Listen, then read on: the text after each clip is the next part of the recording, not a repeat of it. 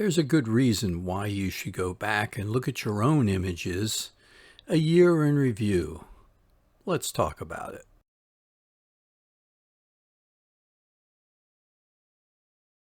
My old buddy Tom, who I've mentioned several times on these videos, early on would always tell me, all you ever do is shoot birds and baseball. Birds and baseball, that's all you ever photograph. Can't you ever do something else?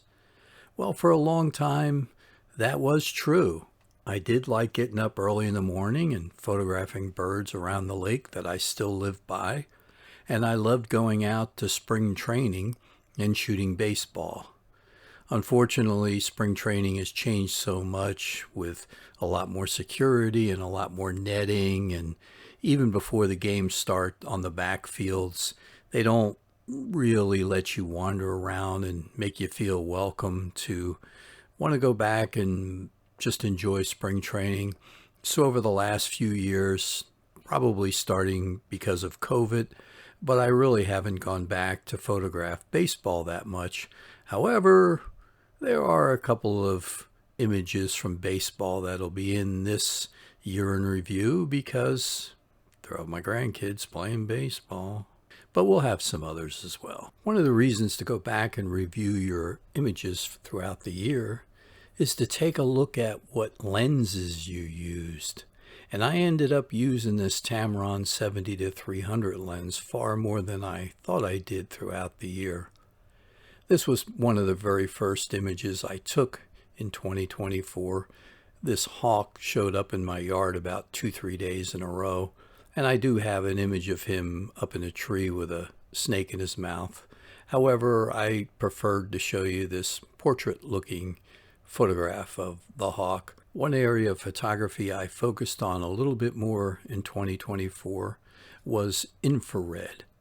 And I came up with, well, possibly my own style or spin that I like putting on infrared images.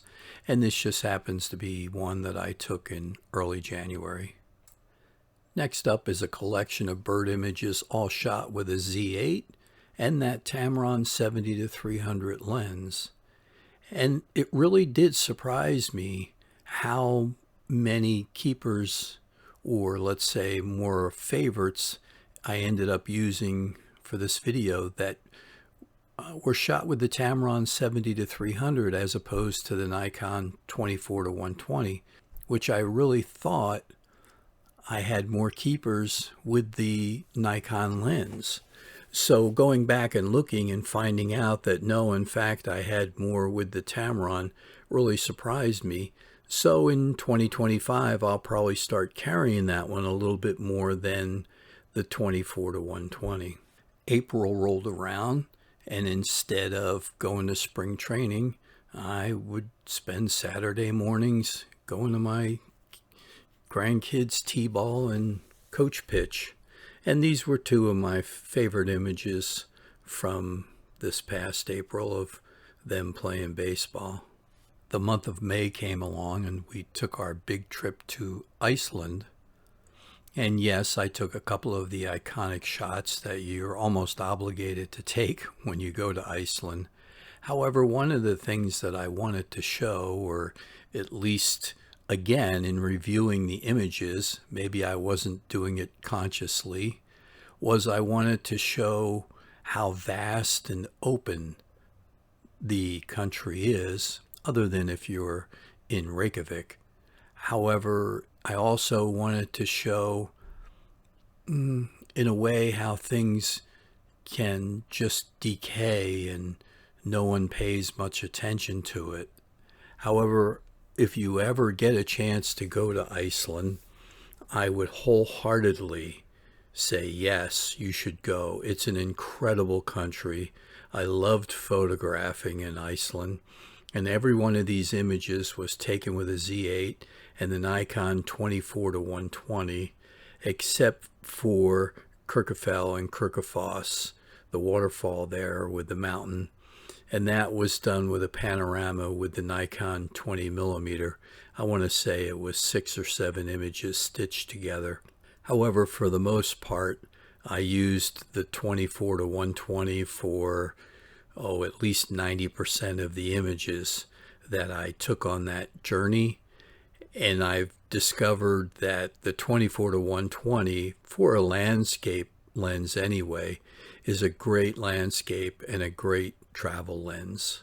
And I would highly recommend that lens, but I would also highly recommend going to Iceland. It's such a beautiful country. After Iceland, I came down with a flu and didn't photograph for a couple of months. This particular image I liked just because of the texture, and let's face it, it wasn't birds and baseball.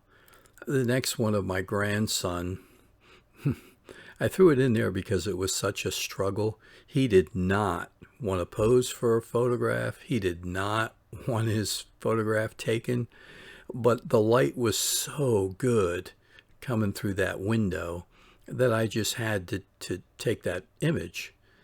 The other one as well, I did a lot of infrared, and the other one of my other grandson was in his first year, and again the light coming through the window there was just so good that I had to take that image. Both images of my grandsons were taken with the Voigtlander 50mm f2 apo. I've spoken of that lens several times. I just love that lens. And for 2025, you'll probably see more of the 75mm f1.8 lens that I picked up at the end of 2024. I do have an image I could have thrown in there with the 75, but I'll wait till 2025 and show more of those. And I want to end this video with an image of my buddy Henry, the heron. I haven't seen Henry for a couple of months, and I know that it's mating season and his routine may have changed. However, I may not see Henry anymore. I don't know. The reason why I liked photographing Henry so much is because he had a routine, and I knew where he would be at certain times of the morning, pretty much every day. And he was never bothered by me. I could get pretty close, and I could use that 24-120 lens without any problems. All the other herons you get within, I don't know, 10, 15 yards, they normally don't like you getting that close. You have to use a longer lens. But Henry, he just saw me all the time for maybe a year and a half, and he just wasn't bothered by me.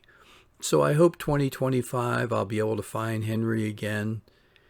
And if not, there'll be other herons. There'll be other birds to photograph, because after all, what do I photograph? Birds and baseball, birds and baseball. Anyway, I wish you a happy and successful 2025 heading into the new year. Good luck with your photography, and I'll be back soon with another video. And take good care of yourself.